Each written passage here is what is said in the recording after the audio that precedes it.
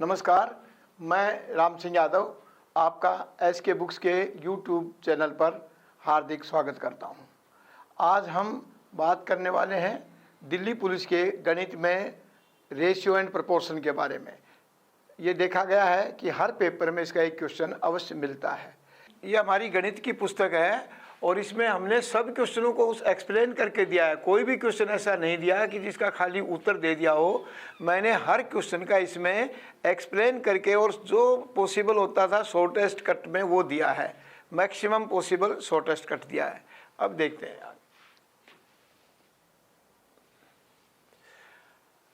अब इसमें क्या है कि एक चीज का ध्यान दे लें, अनुपातों के योग का, संख्याओं के योग पर व्यक्ति है तो पूरा भाग लगेगा, वस्तु है तो पूरा भाग लगेगा, लीटर मीटर इसमें पूरा भाग ना भी लगेगा, रुपए लीटर मीटर में। परंतु आपको ऑप्शन देखने हैं कि ऑप्शन अगर पूर्ण में है, डेसिमल में नहीं है, तो आपको ये समझ जाना चाहिए कि पूरा भाग लगेगा, क्योंकि आंसर कोई भी ऑप्शन उसमें नहीं है। एक बार ऑप्शन पे ध्यान दे लें। अब इसमें क्या करना है कि 40 लीटर दूध में 3 लीटर पानी है।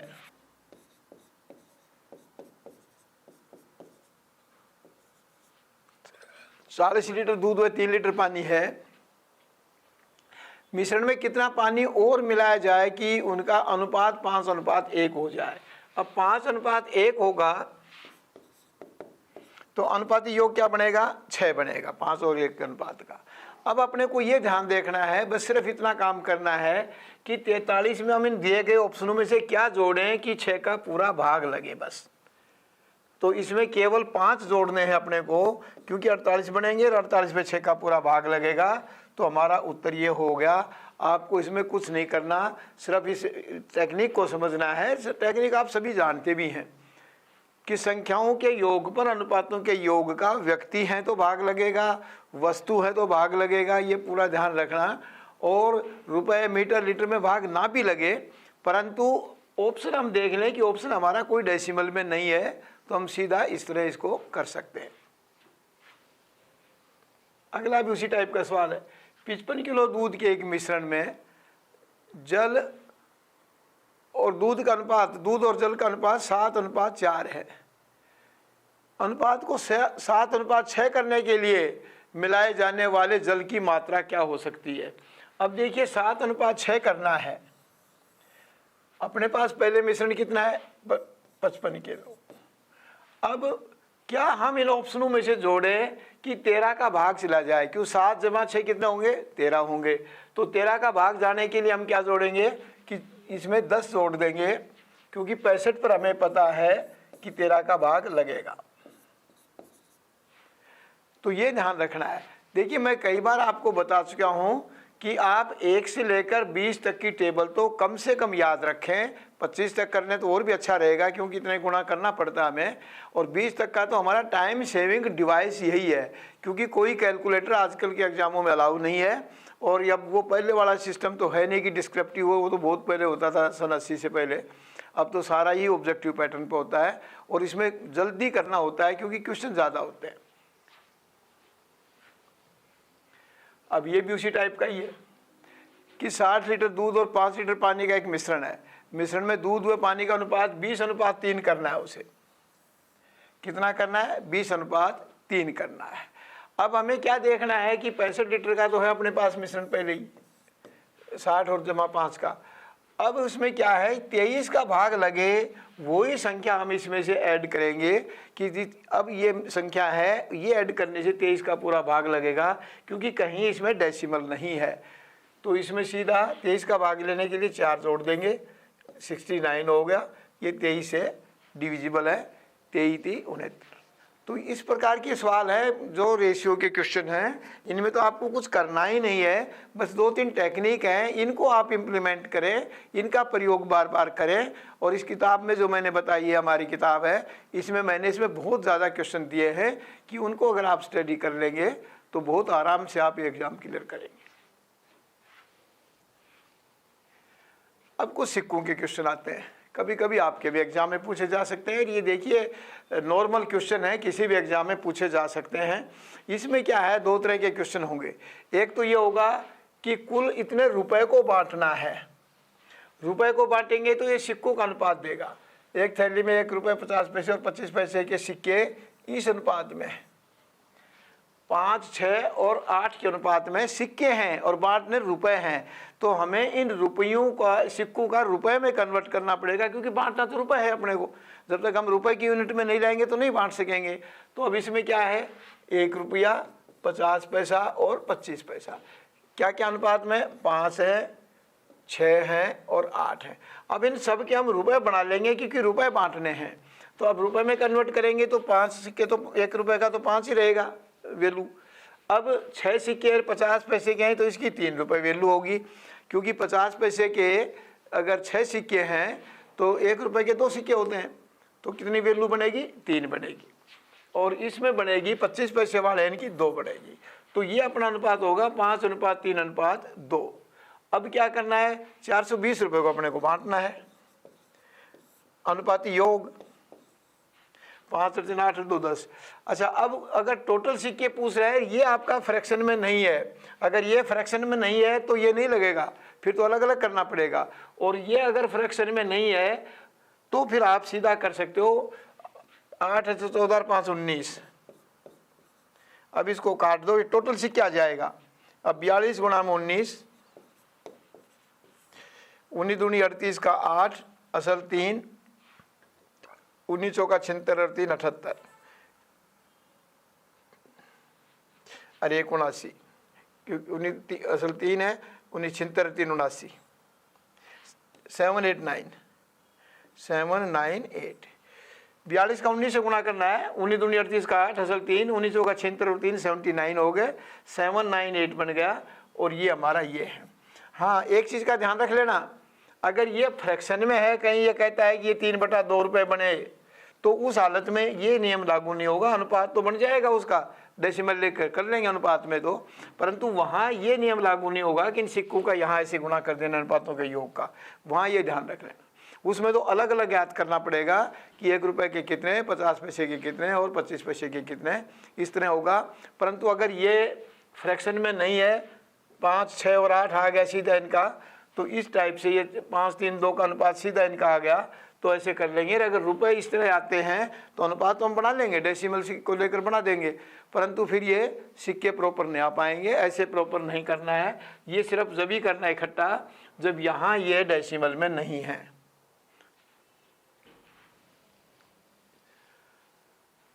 अब ये भी उसी टाइप का है, यहाँ सिक्के बांटने, उसमें मैंने रुपए बांट कर दिखाए थे।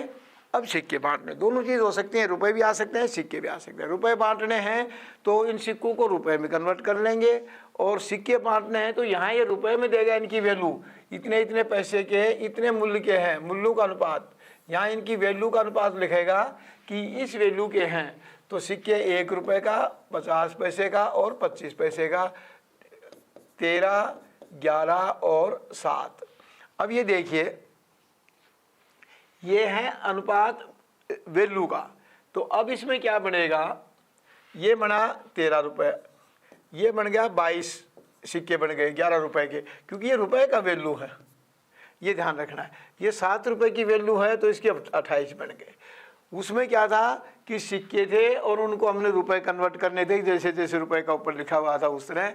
इसमें क्या है कि जैसे जैसे रुपए की वैल्यू के हैं, ये वैल्यू है और इस वैल्यू के अनुसार इनको वैल्यू में लाना है, क्योंकि हमें सिक्के मारने हैं, सिक्कों में लाना है। जैसे 13 रुपए के सिक्के हैं तो 13 सिक्का बन गया, 11 50 पैसे के 11 सिक्के हैं तो इसके 11 रुपए के हैं तो 11 रुपए का 22 सिक्के बन गए, 7 रुपए हैं तो 28 सिक्के बन गए, क्योंकि 1 रुपये में 4 होते हैं, 25 पैसे वाले, 50 पैसे के 1 रुपये में 2 होते हैं। यानी सीधा सा कहने का अर्थ ये है कि अगर यहाँ सिक्के बांटने हैं तो ये जो वैल्यू है इसका सिक्कों में कन्वर्ट करो, क्योंकि बांटने सिक्के हैं, अपने सिक्कों का अनुपात ज्ञात करना होगा।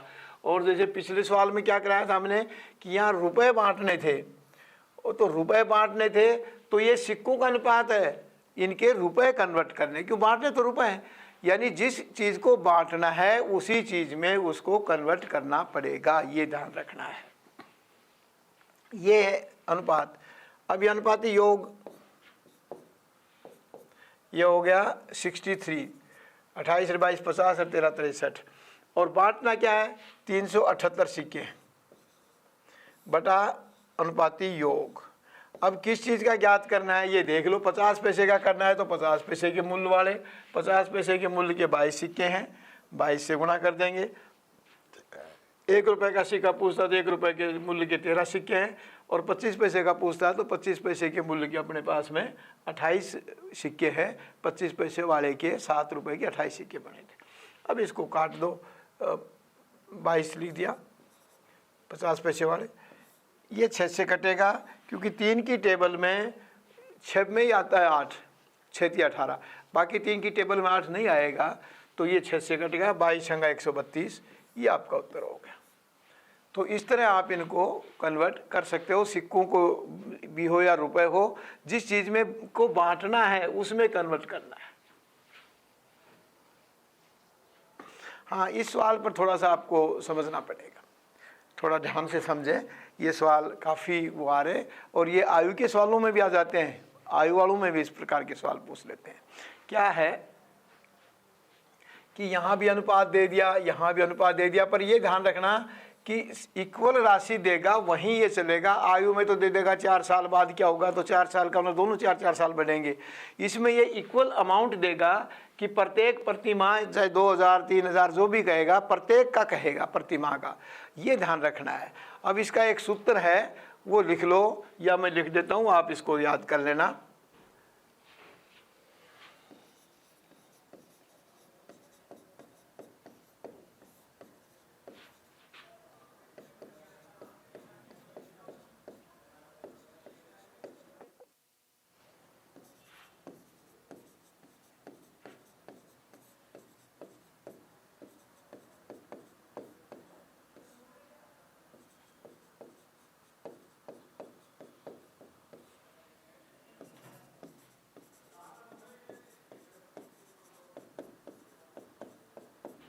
ये बराबर इकाई होगा, जितना ये देगा 1 यूनिट देगा, ये देगा, इसके बराबर आएगा ये ध्यान रखना। अभी करके बताता हूँ, आराम से समझ जाओगे। यानी 4:7 और 1:2। अब इन अनुपातों का क्रॉस गुणा, यानी वज्र अनुपात बटा अंतिम अनुपातों का क्रॉस गुणा, अंतिम अनुपातों का अंतर, उसमें तो क्रॉस करना नहीं है। अब ये क्या है कि ये हो गया 8 और ये हो गया 7, और नीचे 2 - 1 का मतलब 1। ये डिफरेंस हमेशा पॉजिटिव में रहेगा, ये ध्यान रख लेना। अब यहाँ तो आ गया 1 का अंतर, 8 - 1 गया तो ये 1 हो गया। ये 1 यूनिट बराबर आ गया अपने 4800 के। पर ये यूनिट बराबर होगी तभी चलेगा ये फार्मूला, अदरवाइज ये फार्मूला नहीं चलेगा। ये ध्यान रख लेना कि अनुपातों के क्रॉस गुणा के अंतर पर अंतिम अनुपातों के अंतर का भाग, यानी ये अनुपातों का क्रॉस गुणा होगा। अंतिम का जब 2 ही तो अनुपात है, जो लास्ट वाला है उसका अंतर, तो इनके क्रॉस गुणा के अंतर पर, जैसे 4 दूनी 8 7, इनका अंतर होगा 1, और 1 का तो 2, 1 का तो 1 हो ही गया। अब ये 1 यूनिट आ गई। अब 1/1 की गणित में कोई वैल्यू नहीं है, वो 1 ही रहता है। अब 1 यूनिट किसके बराबर आ गई, अपनी 4800 रुपये के बराबर आ गई। अब क्या पूछ रहा है, बी की आय कितनी है, आय का अनुपात 1 और बी की अनुपात, बी की आय है 7 में अनुपात में, तो अब 4800 का 7 से गुणा कर देंगे। ये ध्यान रखना है, बी की आय का अनुपात जो है उसमें करना है बस।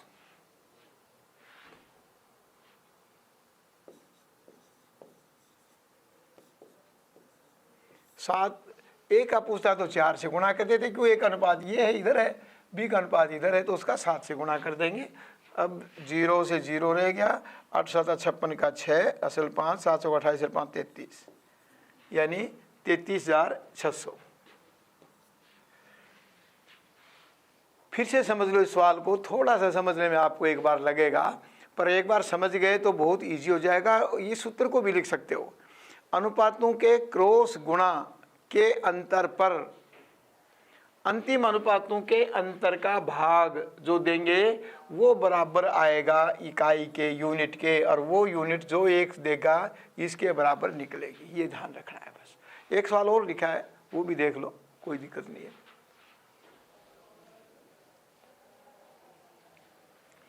ए तथा बी की आय का अनुपात 5:4 है तथा खर्चे का अनुपात 3:2 है।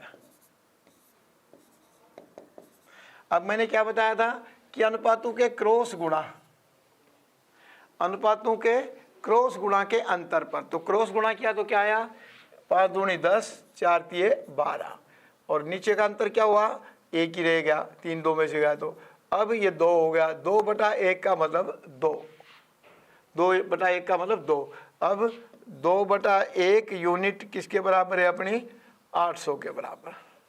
तो 1 यूनिट किसके बराबर हो जाएगी, ये 2 यहाँ से नीचे आ जाएगा, 400 के बराबर हो जाएगी। बस ये आपको समझना है, जो नियम है वो ये है, बस इसको समझ लो एक बार कि अनुपातों के क्रॉस गुणा के अंतर पर अंतिम अनुपातों के अंतर का भाग दे, यानी ये फिर ये भाग ये आ गया, ये हमारी जो है वो 1 यूनिट के बराबर है, और वो जो ये दी हुई है ये चलेगा उसी में जिसमें प्रत्येक में समान दी हो। आयु में तो समान होता ही है, आयु में तो वही चलेगा कि 4 वर्ष बाद है तो 4 वर्ष, 6 वर्ष बाद है तो 6 वर्ष, 10 वर्ष बाद है तो 10 वर्ष, तो उसमें तो दोनों समान रहेगा, क्योंकि एक बढ़ेगा तो दूसरा बढ़ेगा। इसमें क्या है कि कुछ क्वेश्चनों में अलग अलग देगा, उसमें ये सूत्र नहीं लगेगा, उसमें दूसरा सूत्र लगेगा। पर अपने इसी टाइप के पूछते हैं, बहुत ज़्यादा हार्ड वाले क्वेश्चन वैसे नहीं पूछते हैं, बहुत ज़्यादा टाइम कंज्यूमिंग होते हैं। अब 4 आ गया अनुपात का वैल्यू, अब क्या था 5:4 है, तो किसकी पूछा, ए का 5 है और बी की 4 है। ए की आय और वे क्या है, तो ए की आय तो 5 के अनुपात में है और ए का वे 3 के अनुपात में है, तो 5 गुणा 400 2000 और 4 गुणा 3 1200, तो ये हो गया। क्योंकि 1 यूनिट अपनी जो है वो 4 के बराबर आ गया, तो ये अनुपात जितने हैं, अनुपात का ही मतलब होता है यूनिट, तो इसका 4 से कर देंगे, तो ये 4 से कर देंगे तो आय आ जाएगा, वो आ जाएगा, खर्चा आ जाएगा, तो उसका आय और वे दोनों चीज़ पूछी हैं, तो 4 से किया तो 2000, इसका 2000 आ गया, और 3 से किया तो 1200 आ गया। तो इस प्रकार आप इनको हल कर सकते हैं, इसमें कोई दिक्कत नहीं है, समझ गए होंगे आप, और किताब में भी दे रखे हैं मैंने, समझ लेना। और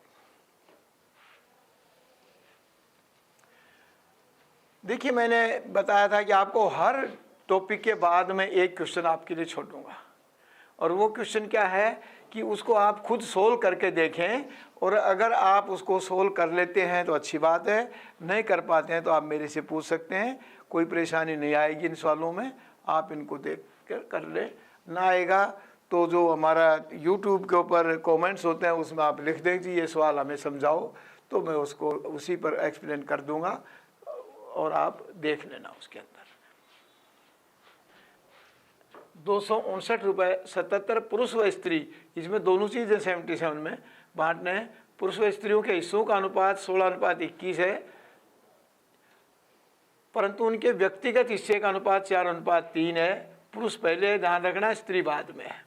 तो पुरुषों की संख्या ज्ञात करें, तो इसमें आपको पुरुषों की संख्या ज्ञात करनी है, और वो एक सवाल पिछले में मैंने और क्वेश्चन दिया था, तो ये क्वेश्चन आप एक क्वेश्चन आपके लिए मैं छोड़ रहा हूँ, और ये आप अवश्य करें। और देखिए एक चीज़ का समझ लो कि दिल्ली पुलिस का बहुत अच्छा कंपटीशन होता है, क्योंकि हर स्टूडेंट ये चाहता है कि मैं दिल्ली पुलिस में लगूं, तो तैयारी अच्छी करनी है, आपको होमवर्क ज़रूर करना है। खाली इस क्लासरूम की या इसकी ऑनलाइन की कोचिंग से आप समझ रहे हो इसे यूट्यूब की से काम चला लेंगे, तो ये गलती है। आप उसकी स्टडी करो, किताब है हमारी, किताब में से फिर क्वेश्चनों की एक्सरसाइज करो, और नियम सारे मैंने बता दिए। फिर भी कोई ना समझ में आए तो आप ऑनलाइन पर उसमें कोई क्या नाम कमेंट दे सकते हैं यूट्यूब पर, उससे मैं एक्सप्लेन कर दूँगा। इस एग्ज़ाम के लिए SK बुक्स सभी शॉप्स पर ऑनलाइन भी उपलब्ध है। अगर आप ऑनलाइन लेना चाहते हैं तो उसका लिंक हमारे डिस्क्रिप्शन बॉक्स में अवेलेबल है। इस चैनल पर इस परीक्षा के बारे में, संबंधित भर्ती के बारे में सभी जानकारी आपको दी जाएगी। स्टडी मटेरियल प्रोवाइड कराया जाएगा, तथा वीडियो को लाइक करें, चैनल को सब्सक्राइब करें और अपने दोस्तों में शेयर करें। इससे आपको बहुत अधिक लाभ होगा, परंतु मेहनत अवश्य करनी है, जो हमारे क्वेश्चन हैं इनके साथ में। Thank you.